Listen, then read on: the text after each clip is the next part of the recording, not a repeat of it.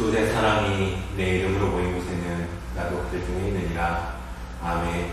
약속하시고 지금 이 시간 우리 가운데 우리와 함께 우리 안에 거하시는 참 좋으신 예수 그리스도를 찬양합니다. 아멘. 9월에 첫 시작하는 첫날이 또 주일이 되었습니다.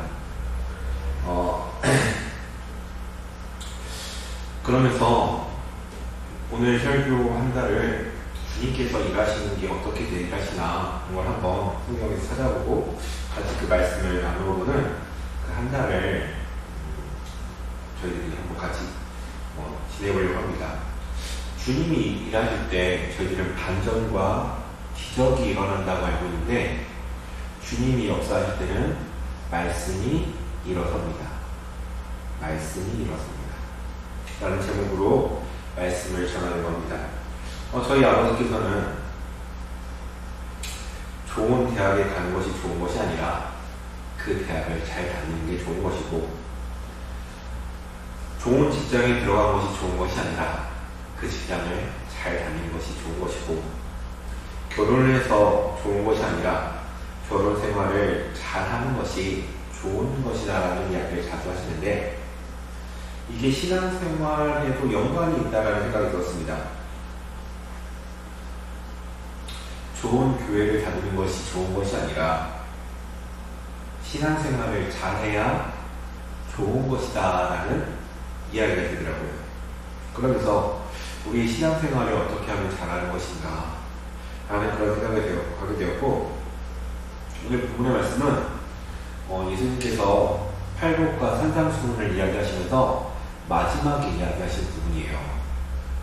그래서 전에는 이게 너무 이제 당연하고 너무 쉽게 이야기 되어져 있는 그런 것들이었는데, 주님께서 일하실 때라는 제목으로 말씀을 다시 보고 성경의 이야기들이 다시 세워지면서 이게 결코 쉬운 이야기가 아니구나 라는 것을 다시 알게 되었습니다. 오늘 본문의 말씀은 27년경 있었던 일인데, 오늘 그 이야기의 앞부분에 열매로서 그들을 알리라 라고 이야기하십니다. 열매로서 그들을 알리라 라고 이야기하시는데, 17절 18절 말씀에 이와 같이 좋은 나무마다 아름다운 열매를 맺고 못된 나무가 나쁜 열매를 맺나니,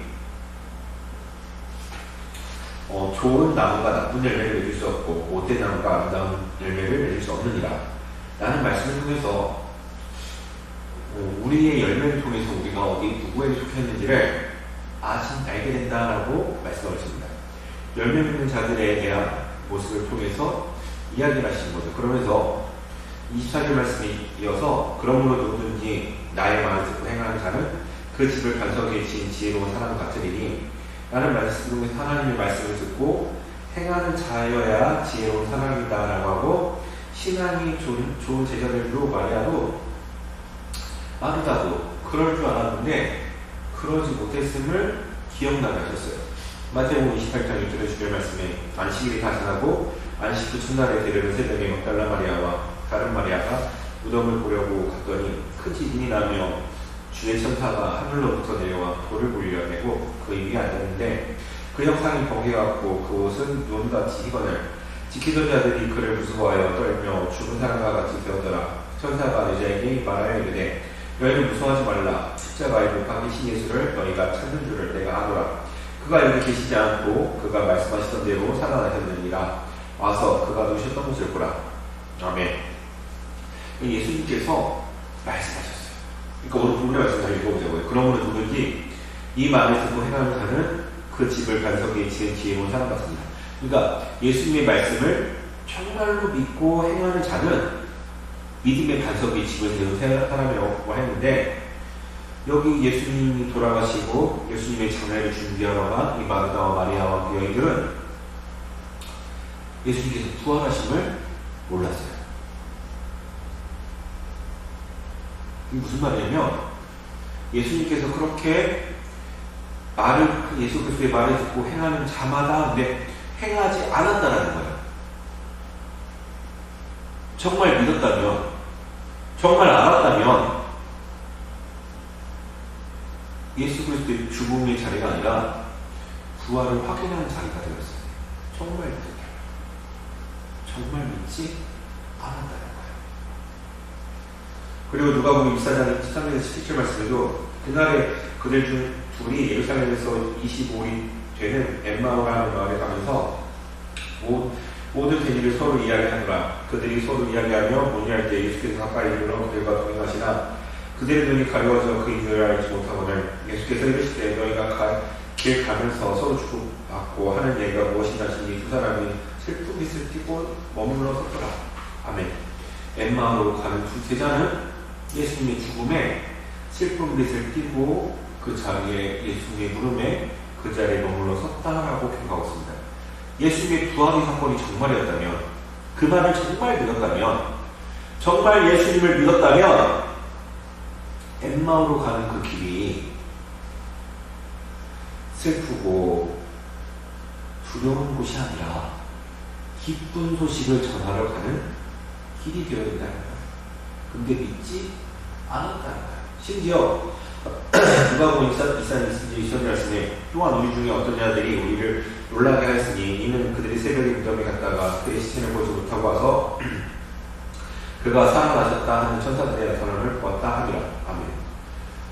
그 여인들인데 엠마오로 가는 두 제자에 부인들이 있었어요. 부인들이 있었는데 부인의 말을 믿지 못하는 거예요. 부인들의 말을 믿지 못하고 예수님의 말도 믿지 못하고 천사의 말도 믿지 못하고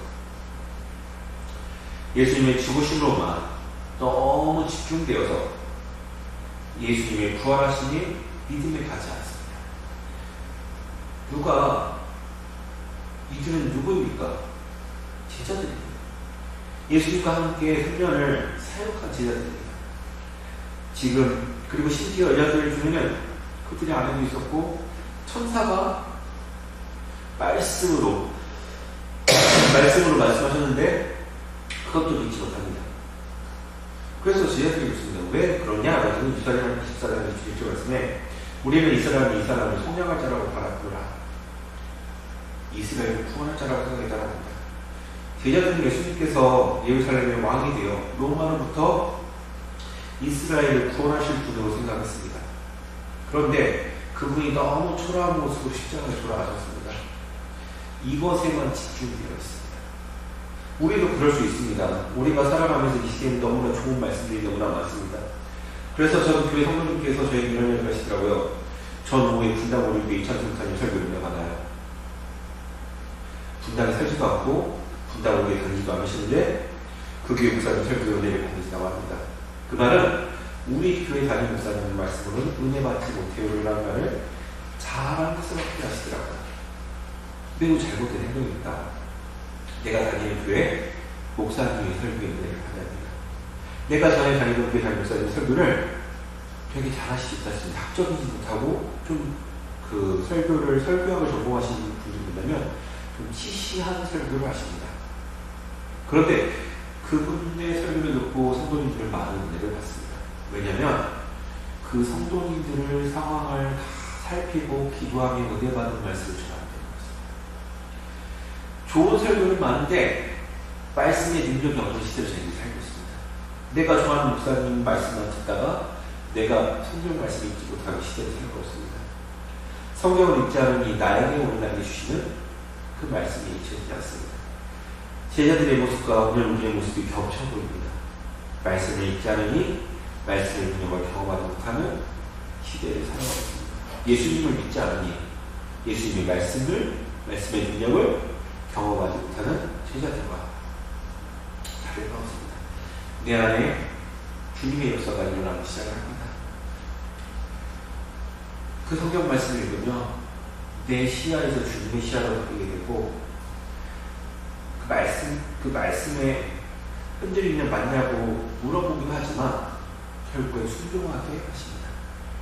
이유 없는 고난을 당하는 요괴에게 하나님의 그 아픔을 치료하고 병을 낫게 하고 그 어려움을 돌보지 않으시고 제일 먼저 뭘 하셨냐?